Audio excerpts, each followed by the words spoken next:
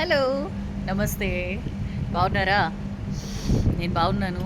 భలే మంచి గాలొస్తుందండి. అందుకని అవుట్‌డోర్‌లో కూర్చున్నాను ఇవాళ. హ్మ్. యాహ్! స్టోరీ. హ్మ్. లాస్ట్ స్టోరీకి మంచి రెస్పాన్స్ వచ్చింది. ఓవర్‌వెల్మింగ్ రెస్పాన్స్ అని చెప్పొచ్చు. అద్భుతమైన response. Thank you so much అండి. మీ అందరికీ కథలు నచ్చుతున్నందుకు ఐయామ్ వెరీ హ్యాపీ. చెప్పాను కదా! నా సొంత కథలు కాదు. ఎవరో నాకు పంపించిన వీడియోస్ గానీ, లేకపోతే నేనెక్కడైనా చూసినవి గానీ, చదివినవి గానీ, అనిపించినవే నేను చెప్తూ ఉంటాను. సో దట్ అందులో ఉన్న మోరల్ మనందరికీ తెలిస్తే సొసైటీకి ఎంతో కొంత హెల్ప్ అవుతుంది. కనీసం ఒక్కళ్ళకి యూజ్ అయినా అని చెప్పి స్టార్ట్ చేశాను. మీ అందరి రిసెప్షన్, మీ అందరి రెస్పాన్స్ బాగా నచ్చి ఇది ఇలా కంటిన్యూయస్‌గా పోతోంది. చూద్దాం. అండ్ యెస్, ఇంకెక్కువ ముచ్చట్లు పెట్టకుండా ఇవాల్టి స్టోరీకొచ్చేస్తాను. ఇవాల్టి స్టోరీ కూడా మనందరికీ కనెక్ట్ అవుతుంది. బట్ అగైన్ ఈ స్టోరీలో ఈ యాంగిల్, ఆ యాంగిల్ అని చూడొద్దు. స్టోరీ అల్టిమేట్‌గా స్టోరీ మోరల్ అనేది, స్టోరీ వాల్యూ అనేది మనకి ఇంపార్టెంట్ కాబట్టి.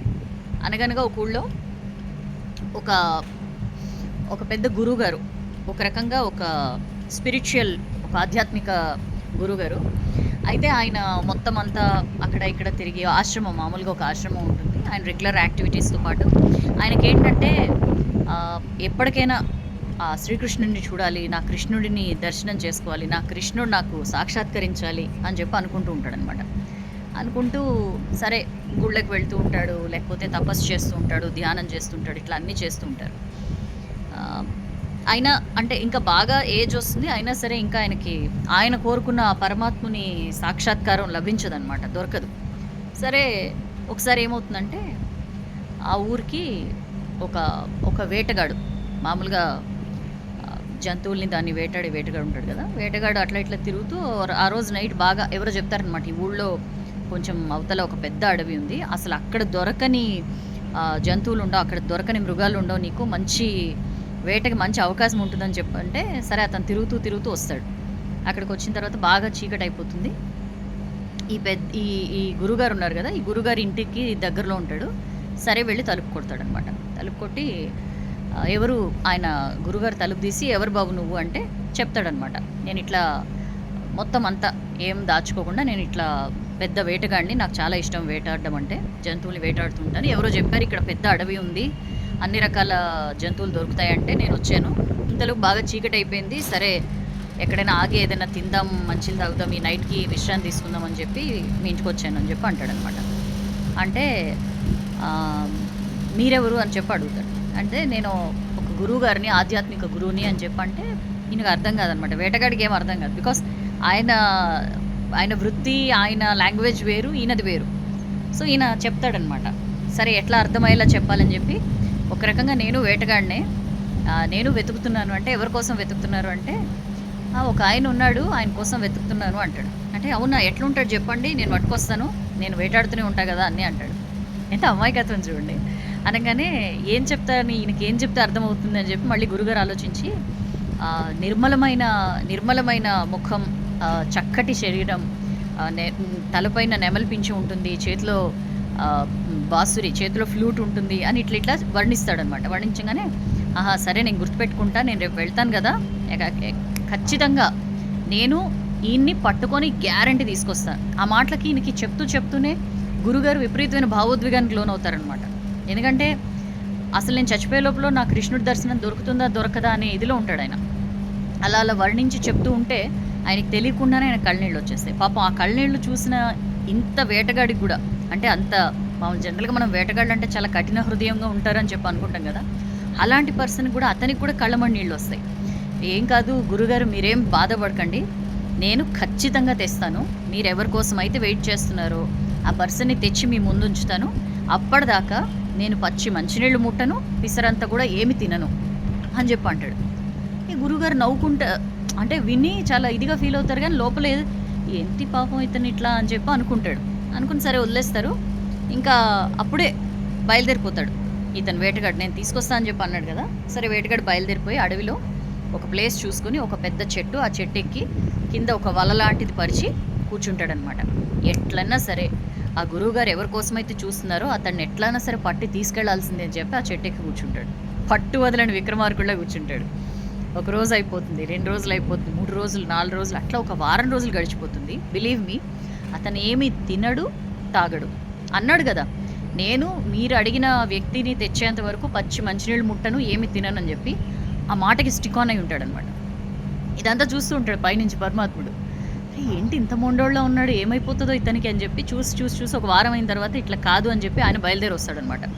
బయలుదేరొచ్చి కావాలనే అక్కడ వల అది ఉంటుంది గదా! వలలోకొచ్చి ఇతను వెంటనే వేటగాడు చూసి అరెరే! సేమ్ అట్లనే అవే పోలికలున్నాయి. గురుగారు చెప్పిన వ్యక్తే అని చెప్పి టక్ అని చెప్పి వలేసి తీసుకొని గురుగారి దగ్గరికెళ్తాడు. గురుగారి దగ్గరికెళ్ళి తలుపు కొడతాడు. గురుగారు తలుపు తీయంగానే ఇగో మీరు అడిగిన వ్యక్తిని తెచ్చానని చెప్పి అసలు ఇంక గురువుగారికి నోట మాట రాదనమాట.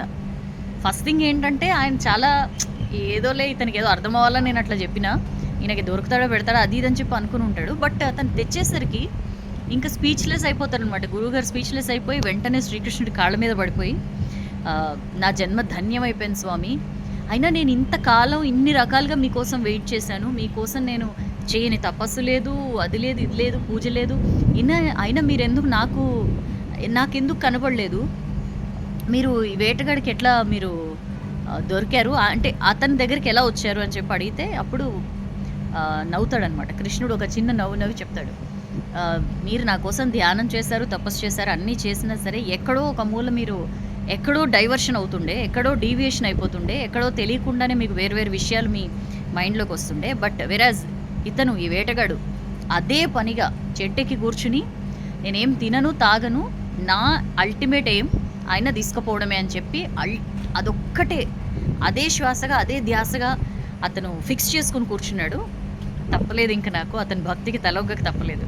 సరే అతని భక్త పట్టుదల అది వేరే విషయం, బట్ నాకు రాక తప్పలేదని చెప్పి అంటాడు అనమాట. చాలా ఇక్కడ కృష్ణుడు దేవుడు వచ్చాడా, దేవుడు వల్లో పడ్డాడా, ఇట్లాంటి లాజికల్ థింగ్స్ పక్కన పెడితే మనం ఈ స్టోరీ నుంచి ఏం తెలుసుకోవచ్చు అంటే, ఏదైనా ఒక విషయం అండి, మనం ఫోకస్డ్గా, మనం కాన్సన్ట్రేషన్తో 100% మన ఎఫర్ట్స్ అన్నీ పెట్టి పూర్తి ఏకాగ్రతతో మనం ఏదైనా చెయ్యాలి అనుకుంటే డెఫినెట్లీ అందులో సక్సెస్ అవుతామనడానికి ఈ స్టోరీయే వండర్ఫుల్ ఎగ్జాంపుల్.